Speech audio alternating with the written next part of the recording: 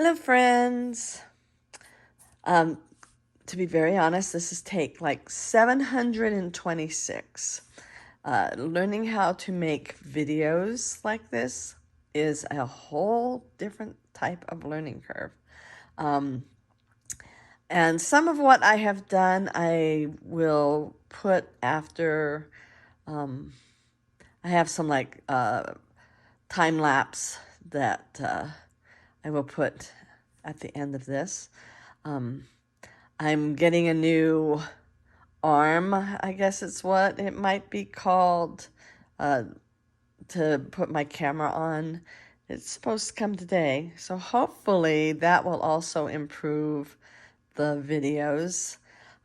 Anyway, one thing that I was successful with that I feel is that this page is looking really good. I know there's a glare right here, and I apologize. The photos tend to, be reflective. Anyway, let me tell you what I've done so far and kind of give you an idea of how this came together. First, I really did start with a blank piece of paper and a white piece of paper. You can still see it in the middle. It is still mostly white. I have a wide variety of inks that I really like. I am a Tim Holtz addict, and most of the inks that all of the inks that I have are Tim Holtz, and most of the dies and stamps that I have are Tim Holtz. Anyway, so the way I start any page is I start with, let me cover up that little spot there. Okay. I will start with the pictures. So the pictures for this layout, which is not finished, I will still finish it up, are of Hedwig and Mickey. This was in 2017, and I took this photo on Mickey's birthday, which is November 18. And so somewhere on this page, I am going to have a tag that will say Happy Birthday, Mickey, and then the date. Haven't done that yet. But one of the first things I do when I start a layout is I look at the photos and I pick out the colors. And as you can see, for this layout, I picked out kind of vintage browns, which, by the way, Tim Holtz is the king of vintage everything. And if you watch a lot of YouTube videos of people that are doing junk journals. I watch a lot of junk journal ones. They're also called, so some people call junk journals treasure books. I like that. Others call them joy journals. I really like that. But scrapbooking, junk journals, altered books, anything where there's going to be a vintage vibe, you will see that they're also using Tim Holtz products. So he is the king of vintage. So there's a little bit of blue here, and mostly it is shades of brown, and of course Mickey is grays and blacks. So I started with that. So I want to show you my starting process. So what I usually do is I start with a piece of white paper. And this isn't just any paper. In fact, this is one of the reasons I'm getting a new arm, sorry about this, is that this one, the camera's, my phone, is heavy, and it causes it to go closer and closer and closer to the paper. So this is these are other pictures that I want to scrapbook from right around the same time. And I'm not sure I'm getting quite the right vibe of those. I will be scrapbooking them soon. I just don't know if I want to do it for this particular tutorial. This is me back when I was a little thinner than I am now. I hope to get that thin again. It's all a process, isn't it? So if I were to start with these pictures, I would pull out colors. So one of the first things that I see is, well, dark blue. and rust. And then the colors of the tree, again, kind of rusts and a brownish yellow. So I'm going to start with this color here, just to show you how I start. And then I will set this aside, this page aside, and I will do that, finish that up another day, because I really do want to finish up this page. One of the things that I did with this, I cut the pictures. They were further down. The stuff that was on the bottom, a good, it's almost an inch. It was just junk that was just there. Nothing that pertained to the photo. And I like to cut down my photos if I can. I mean, if there's room for me to do that. Let's look at these. See if I can. If I were to cut this one, I would cut a little bit off at the top. I might not cut it at all. And if I were to cut this one, I might cut some of this little scraggly stuff at the bottom. We'll see whether I cut them at all. But the whole point of right now is to just show you how I start a layout. So, and one other thing that I want to share is that not all papers are equal. I have found this is white paper. It is by American Craft. They're out of Linden, Utah, which is down by Provo because I live in Utah and I kind of know where that is. I've been getting it for years now, and one of the things I really like about this white paper is that it takes water well. In fact, this one, I didn't do it with my other one, but this one I am going to use water. So actually, one of the things I'm going to do is I'm going to move this one out of the way. So I will do this with water. I'm going to speed it up so you can see the full process. And I'm going to start with antique linen, which is one of my favorites. And I'll probably move on. Let's see.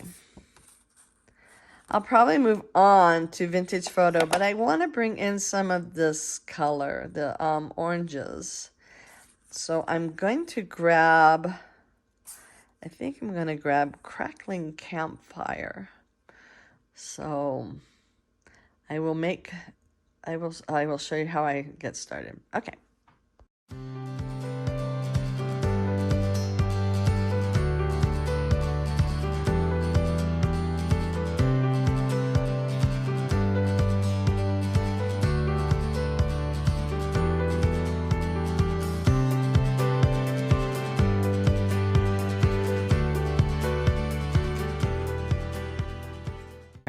You can see that by spraying with water on this paper, now I have some other American Craft paper that it does not do this. It just sort of like sucks it in. And from things that like Tim Holtz has said and others have said, it really depends on like craft paper, which is brown, looks like paper bag. It's made with recycled material, and the more recycled material that you have in the paper, the more it'll just like suck that water in. Whereas this one, it lets it dance on top just long enough for me to be able to pick it back up and to make these little dots. And some paper is even better than this at doing that. There's all kinds of different paper out there. I even have some 12 by 12 watercolor paper that I haven't used yet because I was able to get more of this. At one point I couldn't get this and I thought, oh no, I better get watercolor paper just in case, but I didn't need to. All right, so now I am going to add some more color to it. So I'm kind of deciding as I go how I want to do this, and this is really my process. I always sort of start with a blank piece of paper and move on from there. This technical term is called smushing. I am smushing this onto a craft mat. This is a well-loved craft mat. They come out pristine white, well, off-white when you first buy them. And they stick down really well when you first buy them too. And so I've used painter's tape to keep them down. I'm going to spritz with water. And now I'm going to splatter. And I'm just sort of kind of seeing how I like it. I'm going to splatter first with a regular little paintbrush. See how I like that.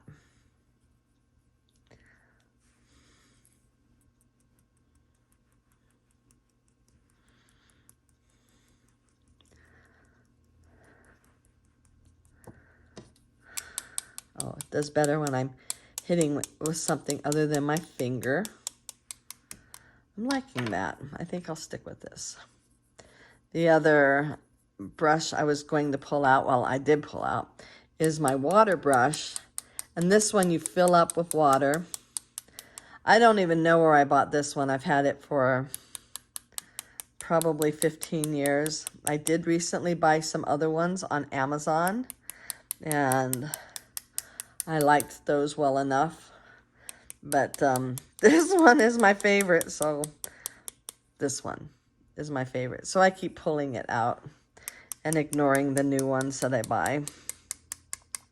Got to have a backup though, right? I mean, if you've ever watched You've Got Mail, and the guy that had to have a backup typewriter, got to have a backup. Or 2 or 3 or 10. I mean, you know, just extra is always good, right? If less is more, more is even more, right? So, and I am liking how this is turning out. So this is making me happy.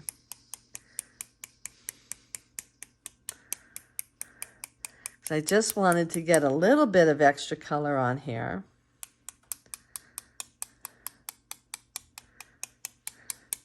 But not too much.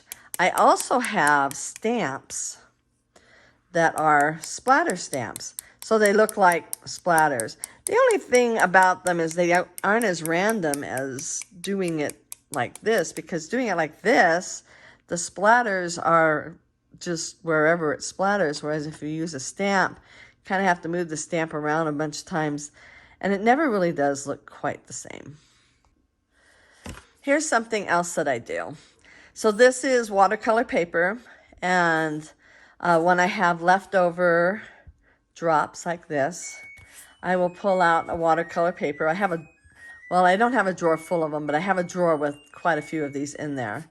And maybe one day they'll be full, but I do use them.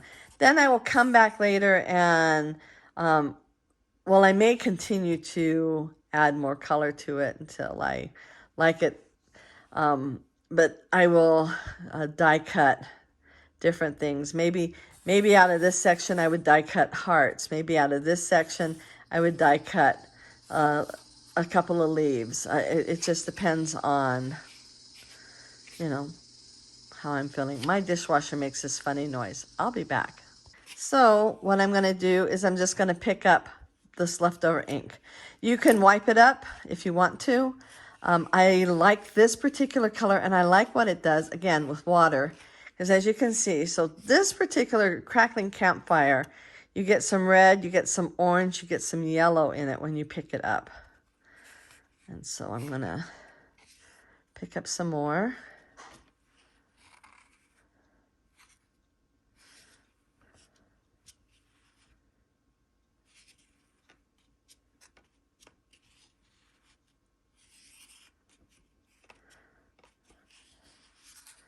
Okay, and I'm going to dry this and then pick up some more.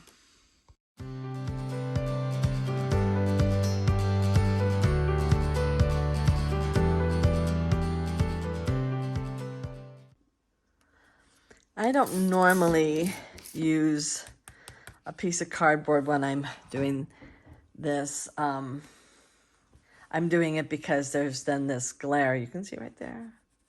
I'm going to try to hide so that you don't have the light glaring. I work on a glass mat. It's also Tim Holtz. Again, if you watch a lot of YouTube videos on paper crafting, you'll see that a lot of people work on the glass mat. Another thing that I've seen them work on is like a quilting healing. They don't normally really heal that well, but cutting board, a quilting cutting mat.